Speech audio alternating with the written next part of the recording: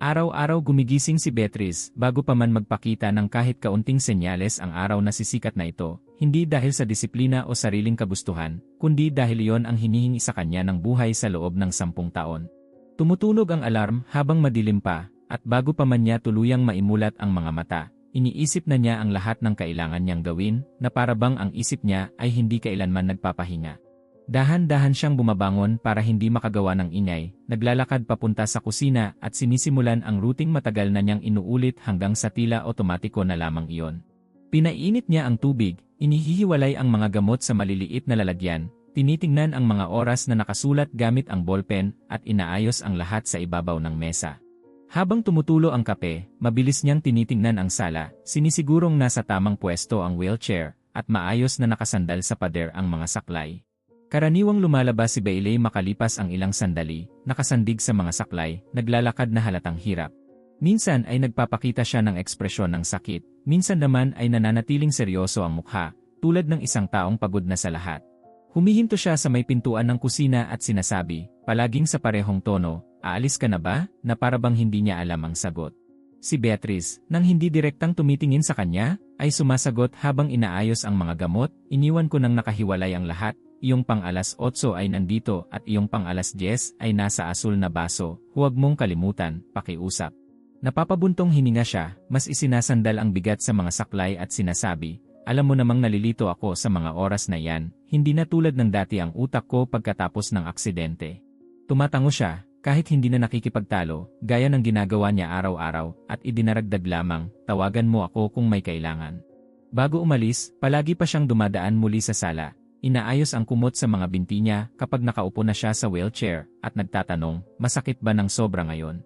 Sinasamantala ni Bailey ang sandaling iyon para lalo pang idiin ang kanyang paghihirap, inilalagay ang kamay sa mga binti at sinasabi, mas malala ngayon kaysa kahapon, parang walang naitutulong ang therapy.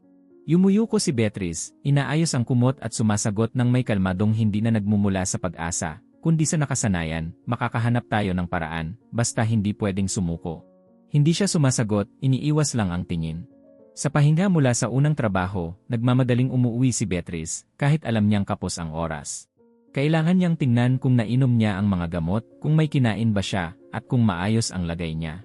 Pagpasok, madalas niyang makita ang mga bote ng gamot na nakakalat sa mesa, may ilang nakabukas, may iba namang sarado pa rin. Kinukuha niya ang isa, mabilis na tinitingnan at nagtatanong, ininom mo ba ng tama? Agad sumasagot si Bailey, halos iritado, ininom ko lahat, sa tingin mo ba gusto kong lumala? Napapaurong agad siya, pinapababa ang tono, hindi iyon ang ibig kong sabihin, nag-aalala lang ako. Sa buong araw, nauulit ang parehong rutina. Trabaho, bahay, trabaho ulit. Sa gabi, umuwi siyang pagod na pagod, pero inaayos pa rin niya ang mga gamot para sa susunod na araw, hinuhugasan ang marurumi at iniiwan ang lahat na handa para sa isa pang siklo. Sa gitna ng lahat ng iyon, nananatili si Bailey sa bahay, sinasabing hindi siya pinahihintulutan ng sakit na gumawa ng kahit ano bukod sa pinakakaunti. Sa isa sa mga gabing iyon, habang nagtutupi siya ng mga damit sa sala, sinubukan niyang banggitin ang isang bagay na matagal na niyang kinikimkim. Iniisip ko kung hindi mo ba pwedeng subukan ang kahit anong trabaho sa computer, magaan lang, para makatulong kahit kaunti, sabi niya, nang hindi itinataas ang boses. Agad na nagbago ang mukha ni Bailey at sumagot, sa tingin mo ba ayaw kong magtrabaho? Sa tingin mo ba gusto kong umaasa sa'yo? Halos hindi na ako makaupo nang hindi nakakaramdam ng sakit. Huminga ng malalim si Beatrice at maingat na sumagot, alam kong hindi madali, naisip ko lang na baka makatulong sa atin. Tinaasan niya ang tono, pagod ka na ba? Ako, nakakulong sa bahay na ito sa loob ng maraming taon. Ang katahimikang dumating pagkatapos niyon ay tila mas mabigat pa kaysa anumang pagtatalo. Hindi na nagpumilit si Beatrice. Itinabi niya ang mga damit, inayos ang mesa at ipinagpatuloy ang rutina na parabang walang nangyari. Gayunman, may maliliit na detalyeng nagsimulang pumukaw sa kanyang pansin, kahit ayaw niya itong aminin. Isang umaga, habang kinukuha niya ang mga bote ng gamot, napansin niyang halos puno pa rin ang ilan sa mga ito, kahit ilang araw na niyang sinasabing nasunod niya ng tama ang gamutan. Hinawakan niya ang isa sa mga yon ng ilang segundo at nagtanong, pilit na nagmumukhang natural, sigurado ka bang iniinom mo lahat ng maayos? Sumagot si Bailey nang walang pag-aalinlangan, pinagdududahan mo na ba ako ngayon? Mabilis siyang umiling, hindi, gusto ko lang gumaling ka. Isa pang detalye ang lumitaw makalipas ang ilang araw, nang mapansin niyang ang isa sa mga saklay ay nakasandal sa lugar na iba sa nakasanayan. Hindi iyon malaking bagay, pero parang wala sa normal na ayos. Kailangan mo bang maglakad ng mas marami ngayon? Tanong niya, pilit na pinapakinggang kaswal. Sumagot si Bailey mula sa kabilang kwarto, muntik na akong matumba kanina, kinailangan kong sumandal ng maayos, gusto mo bang hindi na ako kumilos? Mabilis siyang sumagot, hindi, syempre hindi, nagtanong lang ako.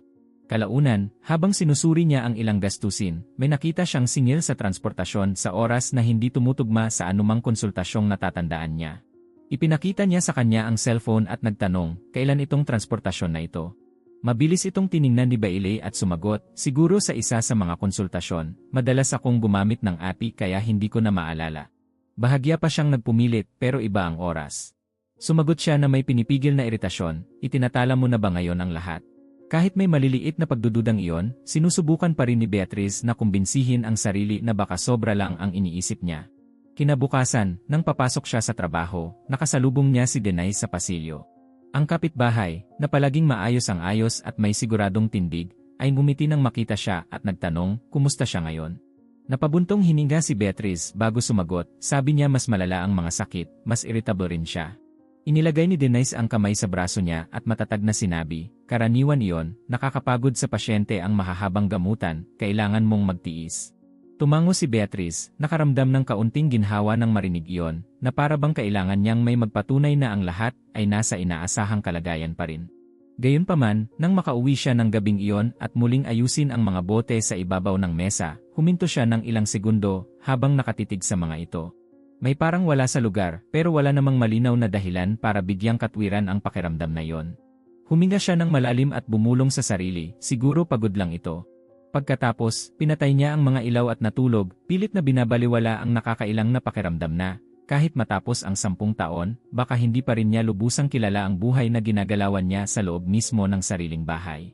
Kinabukasan, gumising si Beatrice sa dati pa ring oras, bago pa man sumikat ang araw, pero may kakaiba sa paraan ng pagbangon niya.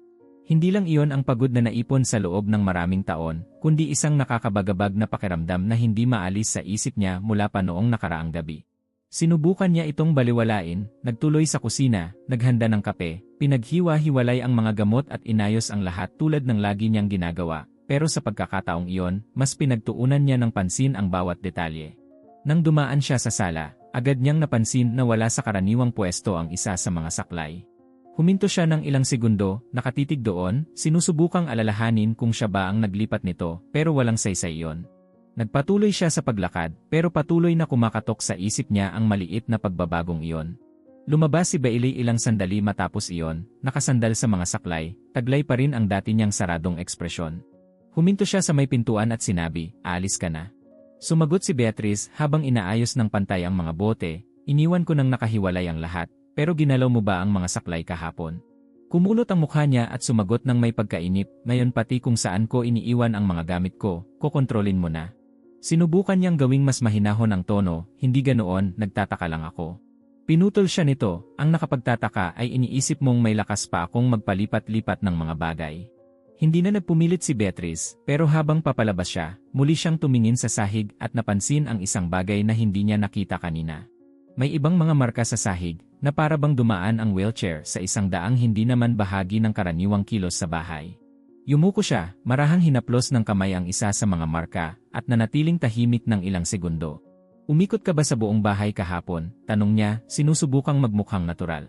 Sumagot si Bailey mula sa loob ng kusina, "Muntik na akong matumba. Kinailangan kong humanap ng mas maayos na masasandalan, gusto mo bang hindi na ako gumalaw kahit kailan?" Mabilis siyang tumayo, "Hindi, syempre hindi." Ngayon, isang maikling pahinga. Para maipagpatuloy namin ang pagdadala ng ganitong mga nakaka-inspire na kwento ng libre, hinihiling namin na pag-isipan niyong mag-iwan ng like at mag-subscribe sa channel. Ikomento ang salitang ikatarungan sa comments. Maraming salamat at ipagpapatuloy na natin ang kwento. Sa pagitan ng trabaho, umuwi si Beatrice gaya ng ginagawa niya araw-araw. Pero sa pagkakataong iyon, hindi siya dumiretso sa kusina. Dumaan muna siya sa sala, pinagmamasdan ang bawat detalye. Nasa pwesto ang upuan, nakasandal ang mga saklay tulad ng dati, pero naroon pa rin ang kakaibang pakiramdam. Nang pumasok siya sa kusina, nakita niya ang mga bote sa ibabaw ng mesa. Kinuha niya ang isa, marahang inalog, at nagtanong, "Ininom mo ba ng maayos ang lahat na yon?" Agad na sumagot si Bailey, "Hindi man lang siya tinitingnan, sinabi ko nang ininom ko, hindi ka na ba nagtitiwala sa akin?" Huminga siya ng malalim at sumagot, nagtitiwala ako, nag-aalala lang ako. Kalaunan, habang tinitignan niya ang mga gastusin sa cellphone, may isang bagay na nakatawag ng pansin niya. Isang singil sa transportasyon sa oras na hindi tumutugma sa kahit anong konsultasyong naalala niya. Ipinakita niya sa kanya ang telepono at nagtanong, kailan ito? Mabilis itong tiningnan ni Bailey at sumagot, siguro mula sa isang konsultasyon, madalas naman akong gumamit ng API kaya hindi ko na maalala. Bahagya pang nagpumilit si Beatrice, pero hindi tugma ang oras sa mga araw na karaniwan kang pumupunta. Sumagot siya sa mas matigas na tono, itinatala mo na ba ngayon ang bawat galaw ko? Nanatili sa isip niya ang sagot na yon sa buong araw. Habang pabalik sa trabaho, nasalubong niya si Denise sa pasilyo ng gusali. Ngumiti ang kapitbahay gaya ng dati at nagtanong, mukha kang pagod, may nangyari ba? Nag-atubili si Beatrice sandali, pero sa huli ay nagsalita rin, pakiramdam ko mas irritable si Bailey, mas kakaiba, minsan parang hindi siya nagiging malinaw sa akin. Nanatiling kalmado si Denise at sumagot, normal iyon sa mga pasyenteng may matagal ng pananakit, pabago-bago sila, may araw na maayos sila, kinabukasan halos hindi na matiis. Tumango si Beatrice, hindi pa rin panatag, minsan naiisip kong baka sobra lang ang iniisip ko. Ipinatong ni Denise ang kamay sa braso niya at sinabi, sobra-sobra na ang ginagawa mo, huwag mo nang simulang pagdudahan ang taong inaalagaan mo. Panandali ang gumaan ang loob ni Beatrice sa mga salita ni Denise, pero hindi nito tuluyang nabura ang duda. Bumalik siya sa trabaho habang pilit na nagpo-focus, pero hindi mawala ang pakiramdam na may mali. Gayunpaman, ipinagpatuloy niya ang rutina sa sumunod na mga araw, sinusubukang kumbinsihin ang sarili na pagod lamang iyon na naipon. Ngunit makalipas ang isang linggo, biglang nagbago ang lahat. Habang nasa panghapong shift, ipinatawag siya ng kanyang superior at narinig niya, nang walang paligoy-ligoy, na hindi na raw siya kasing epektibo gaya ng dati. Sinubukan niyang ipaliwanag ang sitwasyon sa bahay, pero diretsyo nitong sinabi, kailangan ko ng taong 100% nakatutok, at hindi mo na yon nagagawa. Ramdam agad ni Beatrice ang bigat ng sinabi, sinubukan niyang mangatwiran, pero naunawaan niyang wala na itong saysay. Umalis siya sa trabaho na mabigat ang dibdib, iniisip kung paano maaapektuhan nito ang mga bayarin. Hindi niya alam kung ano ang dapat gawin, kaya nagpa siyang umuwi ng mas maaga.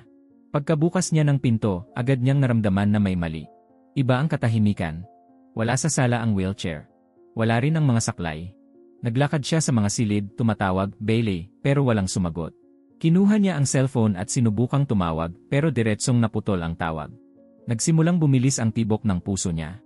Agad niyang naisip si Denise. Baka sumama ang pakiramdam nito, baka nandoon siya. Naglakad siya papunta sa pasilyo at huminto sa harap ng pinto ng kapitbahay.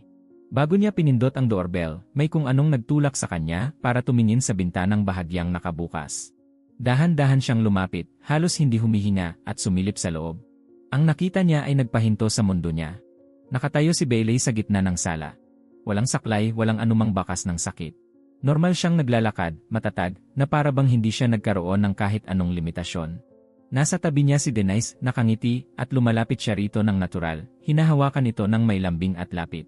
Nanatiling hindi gumagalaw si Beatrice, pilit na inuunawa ang nakikita niya. Yumuyuko siya, kumukuha ng mga bagay, gumagalaw ng magaan, lahat ng iyon na sa loob ng maraming taon ay sinabi niyang imposible. Napaatras siya ng isang hakbang, walang ingay, mabilis ang tibok ng puso. Hindi maaaring nangyayari ito, naisip niya, pero napakalinaw ng eksena para itanggi. Hindi siya kumatok sa pinto. Hindi niya tinawag ang pangalan nito. Umalis lang siya roon at bumalik sa sarili niyang apartment. Makalipas ang ilang minuto, narinig niya ang tunog ng pagbubukas ng pinto. Tumakbo siya papunta sa kusina at nagkunwaring may inaayos. Pumasok si Bailey na nakasandig sa mga saklay, hingal na hingal, eksaktong gaya ng lagi niyang ginagawa. Sinabi niya, maaga kang nakauwi ngayon. Sumagot si Beatrice nang hindi tumitingin sa kanya, maaga akong pinauwi. Mabagal siyang naglakad papunta sa sala at idinagdag, pumunta ako kay Denise para kunin ang gamot na kulang, alam mo naman kung paano yon. Tumango si Beatrice, pinanatiling matatag ang boses, naiisip ko. Habang lumalayo siya, nagrereklamo ng sakit at sinasabing kailangan niyang magpahinga, minamasdan ni Beatrice ang bawat kilos niya. Bawat mabagal na hakbang, bawat paghinto, bawat ekspresyon ay tila pinaghandaan. Sa sandaling iyon, may nagbago sa loob niya. Hindi na lang siya basta pagod. Alam niyang may kasinungalingan doon, at sa pagkakataong ito, hindi lamang iyon kutob. Sa mga sumunod na araw, kumilos si Beatrice na parang walang nangyari, pinananatili ang dating routine, parehong oras, parehong kilos, at parehong anyo ng pagod gaya ng dati, pero sa loob niya, nagbago na ang lahat. Hindi na siya ang babaeng tinatanggap ang lahat ng walang tanong, ngayon ay binabantayan niya ang bawat detalye at kinokontrol ang bawat reaksyon para hindi makapukaw ng hinala.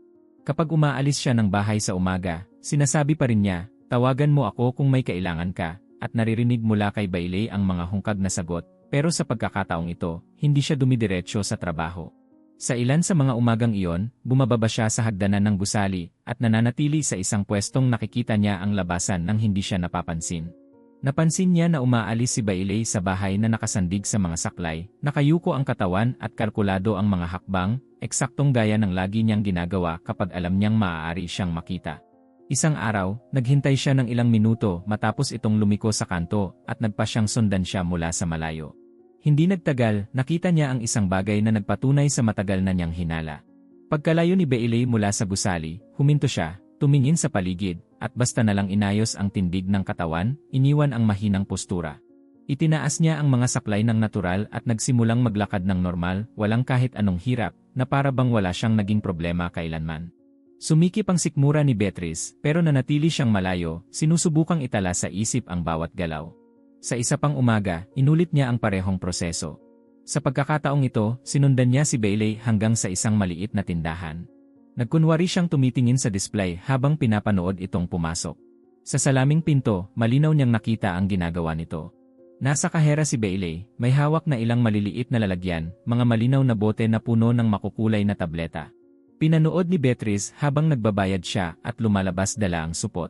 Nang medyo makalayo ito, huminto siya sa isang tagong sulok, inalis ang mga orihinal na etiketa sa mga bote at pinalitan ng mga puting label, katulad ng nakikita ni Beatrice araw-araw sa kusina nila sa bahay. Hindi napigilan ni Beatrice ang reaksyon sa loob niya. Kaya pala ganoon, naisip niya, habang nararamdaman ang bigat ng lahat ng pinaniwalaan niya sa loob ng napakatagal na panahon. Makalipas ang ilang oras, nagpasya siyang sundan muli si Bailey, sa pagkakataong ito hanggang sa lugar kung saan talaga nito ginugugol ang araw. Sumakay siya sa parehong sasakyan, pinananatili ang sapat na distansya para hindi siya mapansin. Ang ruta ay hindi papunta sa anumang klinika o ospital. Bumaba siya sa isang mataong lugar at naglakad patungo sa isang espasyong may ginaganap na event. Nag-uusap ang mga tao sa pasukan, maayos ang pananamit, at pumasok si Bailey nang may kumpiyansa, walang anumang bakas ng limitasyon sa katawan. Pumuwesto si Beatrice sa labas at nagmasid mula sa bukas na pasukan. Ilang sandali pa, lumitaw si Denise at lumapit sa kanya ng napakanatural.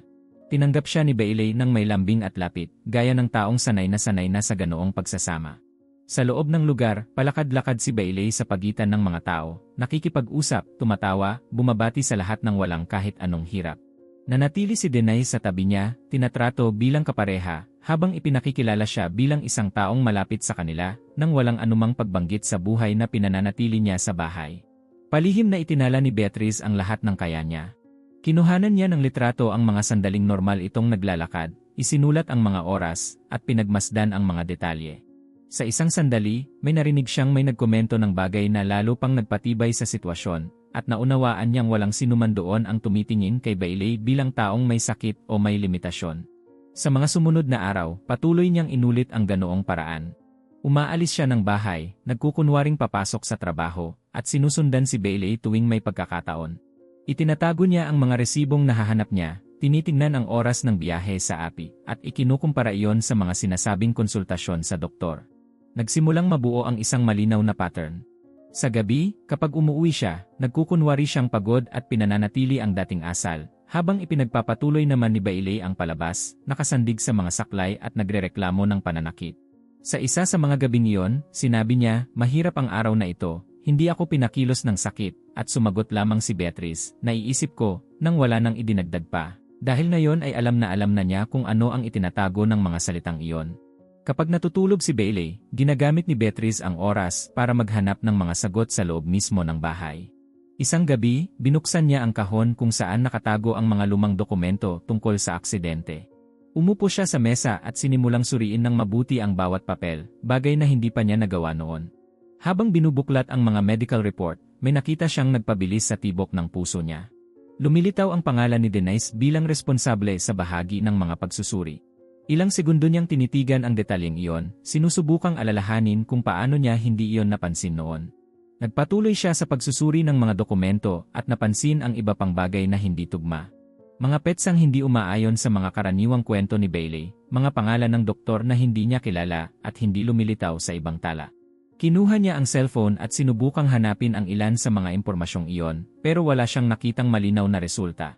Habang mas tumitingin siya, mas dumarami ang mga tanong. Paano ko hindi ito napansin noon? Pabulong niyang sabi sa sarili, habang nararamdaman ang halo ng galit at hindi makapaniwala. Kinabukasan ng umaga, sinubukan niyang banggitin ang paksa sa hindi direktang paraan.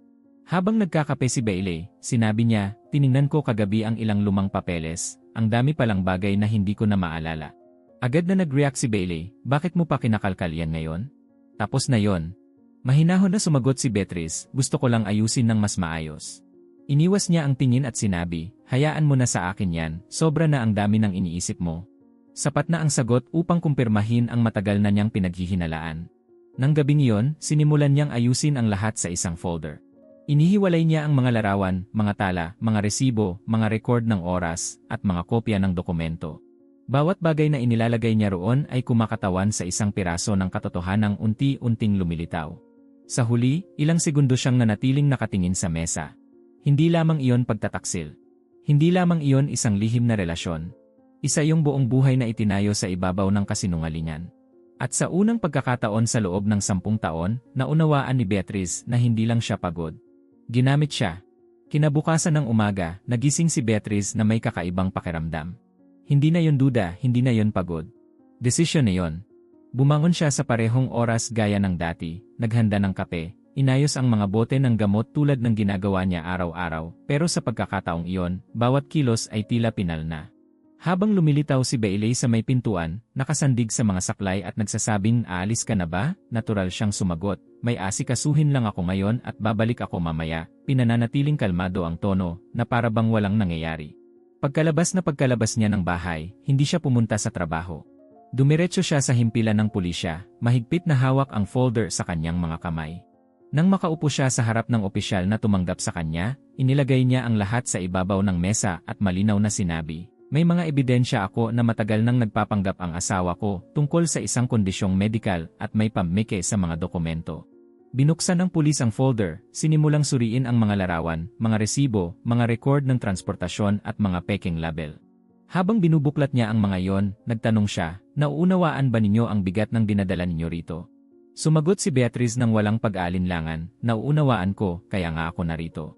Ipinagpatuloy niya ang pagsusuri sa mga dokumento at nagkomento, may mga palatandaan dito ng panlilinlang, paglalagay ng maling impormasyon sa dokumento at posibleng pandaraya laban sa kumpanyang nagbayad ng kompensasyon. Tumango si Beatrice at sinabi, nabuhay ako sa loob nito ng 10 taon nang hindi ko alam. Huminga ng malalim ang pulis at ipinaliwanag, kailangan naming suriin ang lahat ng ito ng maingat, hindi ito bagay na agad na nareresolba. Sumagot siya, nananatiling matatag ang tingin, ayoko nang maghintay pa, gusto ko lang matapos na ito. Pagkatapos ay maingat siyang pinayuhan nito, hindi niyo muna sila dapat kumprontahin ngayon, hayaan niyong umusad ang investigasyon. Nakinig si Beatrice, pero alam na niyang kailangan niyang tapusin iyon sa ibang paraan. Hindi sapat na malaman ang katotohanan. Kailangan niyang tumingin sa kanilang dalawa at ipakita na wala nang puwang para sa kasinungalingan. Nang gabing iyon din, matapos panatilihin ang normal na rutina sa buong araw, naglakad si Beatrice sa pasilyo ng gusali at huminto sa tapat ng pinto ni Denise. Ang katahimikan sa loob ng ilang segundo ay tila mabigat. Pagkatapos, kumatok siya ng matatag. Bumukas ang pinto at lumitaw si Denise na may nagulat na ekspresyon. Bago pa ito makapagsabi ng kahit ano, pumasok si Beatrice, diretsong nakatingin sa loob ng apartment. Naroon si Bailey, nakasandig sa mga saklay, nakayuko ang postura at seryoso ang mukha, eksaktong gaya ng lagi niyang ginagawa. Tumingin siya sa kanya at sinabi, Beatrice, anong ginagawa mo rito? Hindi siya agad sumagot. Inilagay lang niya ang bag sa ibabaw ng mesa at sinimulang kunin ang cellphone, nananatiling nakapako ang tingin sa kanilang dalawa. Nagkrus ng mga braso si Denise at sinabi, hindi ito oras para bumisita, sana nagpasabi ka. Itinaas ni Beatrice ang cellphone at ipinakita ang isa sa mga larawan. Sinubukan pa rin ni Bailey na panindigan ang pagpapanggap pero nagsimulang magbago ang kanyang ekspresyon. Matatag niyang sinabi, nakita kitang naglalakad, sinundan kita, alam ko ang ginagawa mo araw-araw. Mabilis siyang sumagot, nalilito ka, siguro mali ang pagkakaintindi mo. Hindi umatras si Beatrice, nakita kitang bumibili ng candy at nagpapalit ng mga label, may mga larawan ako, may mga oras ako, may mga resibo ako. Lumapit si Denise ng isang hakbang, sinusubukang panatilihin ang kontrol sa sitwasyon. Nag-imbento ka lang dahil pagod ka na, wala itong katuturan. Diretsong tumingin sa kanya si Beatrice at sinabi, nasa mga report ang pangalan mo, nakita ko ang mga dokumento, alam kong ikaw ang pumirma roon. Sa isang sandali, katahimikan ang bumalot sa buong lugar. Bahagyang ibinaba ni Bailey ang mga saklay, na parabang nakalimutan niya sandali ang papel na ginagampanan niya. Huminga siya ng malalim at sinabi, hindi mo dapat ginalaw yon. Sumagot si Beatrice, hindi dapat ako nagtiwala sa iyo ng ganito katagal. Nagsimulang magpakita ng nerbiyos si Denise, tumitingin kay Bailey at mahinang sinasabi, sabi mo hindi niya kailanman malalaman. Sumagot siya ng may iritasyon, sabi ko kontrolado ko yon. Sumabat si Beatrice, hindi na ngayon. Lalong tumaas ang tensyon ng si Bailey, na hindi na lubusang kayang panindigan ang pagpapanggap, ay isinandal ang mga saklay sa pader at tumayo ng walang itinatago. Hindi ko bubugulin ang natitirang buhay ko na nakakulong sa isang miserableng rutina, sabi niya, mas matatag ang tono. Tiningnan siya ni Beatrice ng walang pagkagulat, at napagdesisyonan mong gawing ganoon ang buhay ko. Si Denise, ngayon ay malinaw ng nababagabag, ay sinubukang ipagtanggol ang sarili, tiniyak niya sa akin na ayos ang lahat, na walang mapapahamak. Sumagot si Beatrice nang hindi itinataas ang boses, nagtrabaho ako ng 10 taon habang naniniwala sa isang kasinungalingan. Sumagot si Bailey, nakinabang ka rin dito, huwag kang magpanggap na ikaw lang ang biktima. Agad siyang sumagot, nabuhay ako sa pagsuporta sa iyo, habang nagpapanggap kang hindi makalakad. Nagsimulang mawalan ng kontrol ang pagtatalo nila, habang nagpapalitan ng mga paratang. Sinabi ni Denise, ipinangako mong may itinago kang pera, na magiging maayos ang lahat ng ito. Sumagot si Bailey, at pumayag kang pumirma ng hindi nagtatanong. Tahimik na pinagmamasdan ni Beatrice ang lahat. Nauunawaang ang samahang iyon ay gumuho mismo sa harap niya. Sa sandaling iyon, muling tumunog ang doorbell. Nairitang tumingin si Bailey at sinabi, sino na naman ngayon? Nang buksan ang pinto, naroon ang pulisya. Pumasok ang ahente kasama ang isa pa at matatag na sinabi, nakatanggap kami ng reklamo na may sapat na ebidensya para sa agarang investigasyon. Sinubukang tumutol ni Bailey, kalokohan ito. Sumagot ang pulis, ang kalokohan ay ang narito. Sinubukan ni Denise na makipagtalo, hindi kayo pwedeng basta pumasok ng ganito. Sumagot ang ahente, pwede, kapag may malinaw na palatandaan ng krimen. Habang kinokompronta ang dalawa, nanatiling tahimik si Beatrice, nagmamasid lamang.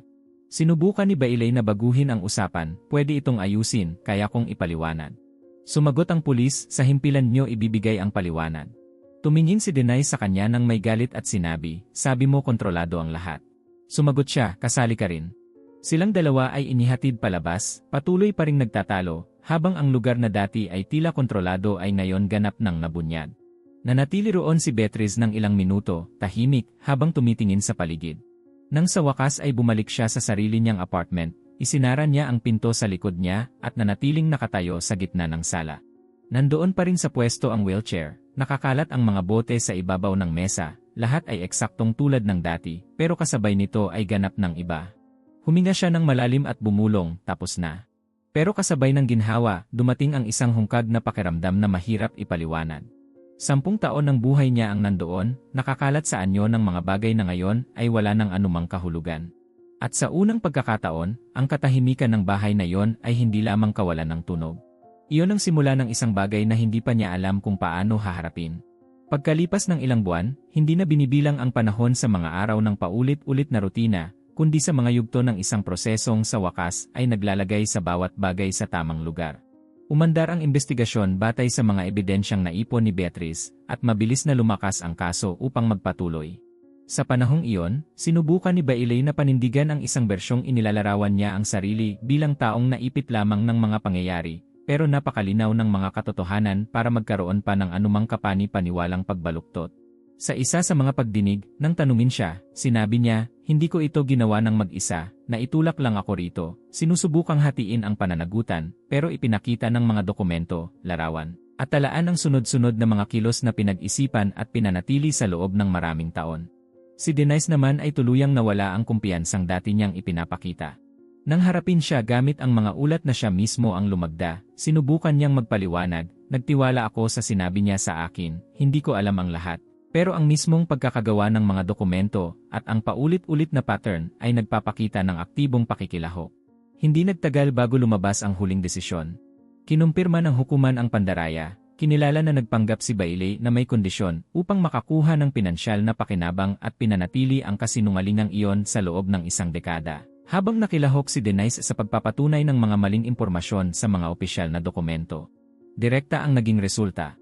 Pinanagot siya sa mga pinansyal at legal na bunga ng panloloko, at nawalan siya ng karapatang ipagpatuloy ang kanyang propesyon, bukod pa sa pagharap sa kaso dahil sa kanyang ginawa. Sa panahong iyon, tuluyang gumuho ang relasyon nilang dalawa. Ang dati ay tila matibay na pagsasamahan, nakabatay sa interes at kaginhawahan, ay naging palitan ng mga akusasyon. Sa isa sa mga pagkikitang pinayagan habang nagpapatuloy ang proseso, malamig na sinabi ni Denise, "Tiniyak mo sa akin na ligtas ang lahat, na hindi ito kailanman mabubunyag," at sumagot si Bailey nang hindi itinatago ang inis. "Tinanggap mo yon dahil gusto mo, walang pumilit sa'yo." Nilinaw ng pag-uusap na yon na wala na ni anumang uri ng alyansa sa pagitan nila. Ang dati nilang samahan ay nakatayo sa pera at inaasahang pakinabang, at nang mawala iyon, ang natira na lang ay ang bigat ng mga pinili nilang gawin. Habang nangyayari ang lahat ng ito, sinubaybayan ni Beatrice ang bawat yugto na may tindig na ganap na iba sa babaeng siya noong simula. Hindi siya naghahangad ng paghihiganti, hindi siya nagtataas ng boses, hindi siya nagpapakita ng pangangailangang makipagsagutan. Nang tawagin siya upang magbigay ng salaysay, sumagot siya ng malinaw at tuwiran. Sa isang sandali, nang tanungin kung paano siya nabuhay sa lahat ng mga taong iyon, sinabi lamang niya, "Ginawa ko ang akala kong tama, pero niloko ako ng taong pinagkatiwalaan ko." Walang galit sa pangungusap na yon, tanging matatag na pagkilala sa kung ano ang nangyari. Sa pag-usad ng proseso, bahagi ng mga halagang sangkot ay inilaan sa pagbabayad pinsala sa nagawang pinsala, at tumanggap din si Beatrice ng kompensasyon dahil siya mismo ang direktang naapektuhan sa lahat ng mga taong iyon. Hindi iyon isang bagay na inaasahan niya, pero iyon ang nagbigay daan para masimulan niyang ayusin muli ang sariling buhay sa konkretong paraan. Unti-unti, binawasan niya ang bigat ng trabaho. Iniwan ang mga shift na dati ay kinakailangan para sustentuhan ang isang realidad na nakabatay sa kasinungalingan. Gayunman, ang pinakakitang pagbabago ay nangyari sa loob mismo ng bahay. Sa simula, bawat bagay ay tila may dalang kahulugang mahirap harapin. Ang mga boteng nakakalat sa mesa, ang mga label, ang wheelchair na nakapwesto sa sala, lahat ng iyon ay kumakatawan sa mga taon ng pagsisikap na ibinuhos para sa isang bagay na kailanman ay hindi naging totoo. Sa isa sa mga unang araw matapos ang proseso, sinimulan ni Beatrice na baguhin yon. Kinuha niya ang mga bote ng isa-isa at inilagay sa isang kahon. Habang ginagawa iyon, bumulong siya, "Hindi na ito bahagi ng buhay ko." Walang pag-aalinlangan, tanging pa siya. Inalis sa sala ang wheelchair. Hindi na rin nakapwesto sa gilid ng dingding ang mga saklay. Inilipat ang mga kasangkapan, lumikha ng bagong ayos na hindi na nagpapaalala sa dating rutina. Bawat pagbabago ay tila simple, pero napakabigat ng kahulugan, dahil kinakatawan nito ang tiyak na pagtatapos ng isang yugto. Sa isang sandali, habang tinitingnan ang bakanting sala, mahina niyang sinabi, "Ngayon, akin na talaga ang bahay na ito." Sa paglipas ng panahon, nagbago rin ang rutina. Umuwi na si Beatrice nang walang dating pagmamadali, walang pangangailangang makipaghabulan sa oras para tapusin ang mga gawaing hindi na kailangan. Sa isa sa mga gabing iyon, pumasok siya sa apartment, inilapag ang bag sa mesa, at nanatiling nakatayo ng ilang segundo, pinagmamasdan lamang ang paligid. Walang nakakalat na mga gamot, walang gulo, walang tensyon. Naglakad siya patungo sa kusina, naghanda ng simpleng pagkain, at naupo sa mesa ng payapa. Habang kumakain, tumingin siya sa paligid at sinabi sa sarili, "Hindi ko na kailangang mabuhay ng ganito." Wala nang mga boses na nagrereklamo, wala nang walang tigil na paniningil, wala na ang pakiramdam na lagi siyang may pagkakautang sa isang tao. Sa unang pagkakataon sa napakahabang panahon, hindi mabigat ang katahimikan. Katahimikan lang iyon. Matapos niyang kumain, dinala niya ang plato sa lababo, inayos ang lahat ng hindi nagmamadali, at bumalik sa sala. Naupo siya sa sofa at huminga ng malalim, ipinatong ang mga kamay sa kanyang mga hita. Ang sandaling iyon, simple at karaniwan, ay may kahulugang hindi pa niya naranasan kailanman.